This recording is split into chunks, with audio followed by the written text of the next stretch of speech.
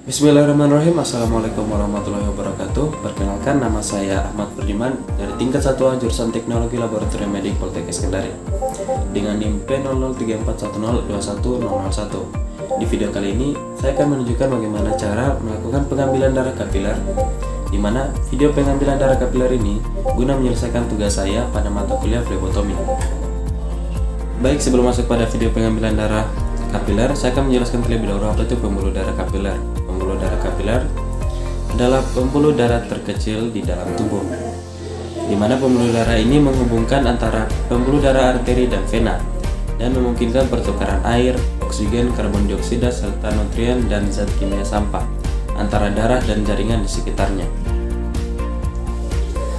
Menurut buku ajar flebotomi untuk mahasiswa D4 Analis Kesehatan karya Dr. Andriani Trisusilowati, darah yang diperoleh kapiler merupakan campuran darah arteri, vena, dan plasma dengan proporsi darah arteri sedikit lebih banyak dibandingkan komponen yang lain, sedangkan komposisi, hematologi, dan kimia darah kapiler sedikit lebih mirip darah arteri.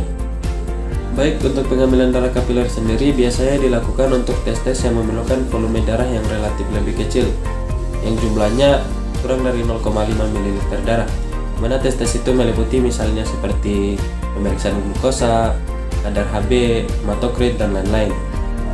Baik, itulah dia sedikit penjelasan dari saya tadi tentang apa itu pembuluh darah kapiler dan pengambilan darah kapiler. Berikut video bagaimana cara pengambilan darah kapiler. Baik, di video kali ini saya akan mempraktikkan bagaimana cara melakukan pengambilan darah kapiler. Sebelum itu saya telah menyiapkan alat dan bahan ini meliputi yang pertama ada handscone, kemudian lancet pen, kemudian ada blood lancet, alkohol swab 70%, kapas steril, dan yang terakhir ada pipet kapiler. Baik, yang pertama sebelum saya melakukan pengambilan darah kapiler, yang harus saya lakukan yaitu menggunakan handscone atau sarung tangan, dimana sarung tangan ini biasa dipakai oleh tenaga medis agar terhindar dari droplet pasien. Tujuan penggunaan handscone adalah untuk mencegah terjadinya infeksi silang serta mencegah terjadinya penularan kuman. Ini biasa digunakan untuk keperluan medis.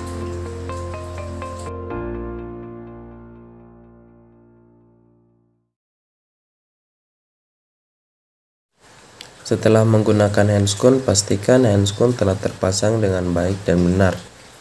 Selanjutnya di sini saya akan mengambil lancet pen, yang dimana lancet pen ini merupakan alat tembak yang bentuknya seperti pulpen. Fungsinya untuk mengambil sampel darah yang diperlukan untuk pengecekan kadar gula darah, kolesterol, maupun asam urat dalam darah. Selanjutnya saya akan membuka penutup lancet pen dan kemudian akan memasukkan blood lancet ke dalamnya. Blood lancet ini merupakan jarum sekali pakai yang digunakan untuk menusuk kulit sehingga dapat mengeluarkan darah. Pastikan blood lancet terpasang dengan benar, kemudian buka tutup blood lancet dengan cara diputar. Setelah jarumnya dibuka, tutup kembali lancet pen. Pastikan penutup lancet pen terpasang dengan benar. Setelah penutup blood lancet terpasang dengan benar, saya akan memutar depth selector atau pemilih kedalaman, yang dimana ini berfungsi untuk memilih kedalaman ketika jarum menusuk kulit. Lalu saya akan menarik launcher atau peluncur, dan jika kita menekan tombol pada gambar di samping, jarum akan dengan cepat menusuk jari pasien. Di sini saya telah menyiapkan alkohol swab dan lipat jari pasien yang tidak digunakan untuk mengambil darah. Pijat sedikit jari pasien dan kemudian beri alkohol swab. Oleskan alkohol swab pada jari pasien, yang dimana ini berfungsi untuk mensterilkan jari sekitaran jari pasien. Setelah dioleskan, tunggu alkohol swab sedikit mengering dan ambil lancet pen. Berikan aba-aba pada pasien sebelum menusuk jarinya agar pasien tidak terkejut. Jika pasien masih sedikit takut diambil darahnya, tenangkan pasien agar tidak terlalu takut. Kemudian beri aba-aba lalu tekan tombol pada lancet pen agar jarum dengan cepat menusuk pada jari pasien. Lalu lap darah pertama yang keluar pada jari pasien. Siapkan pipet kapiler, kemudian tempelkan pipet kapiler pada jari pasien yang sedang keluar darahnya. Sambil menempelkan pipet kapiler, pijat jari pasien agar dapat terus mengeluarkan darah.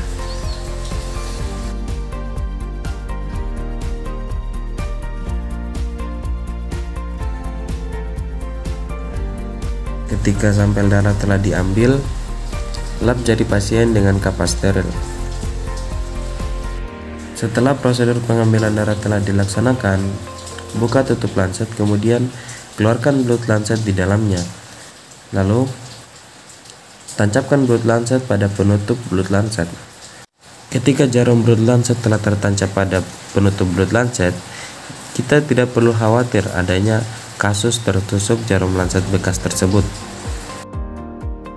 Setelah semua prosedur pengambilan darah kapiler dilaksanakan, bereskan dan bersihkan alat-alat yang telah digunakan. Buang sampah medis seperti blood lancet bekas pada tempat sampah medis. Baik, itulah dia video pengambilan darah kapiler dari saya. Lebih dan kurangnya mohon dimaafkan. Saya akhiri. Billahi taufiq wal hidayah. Wassalamualaikum warahmatullahi wabarakatuh.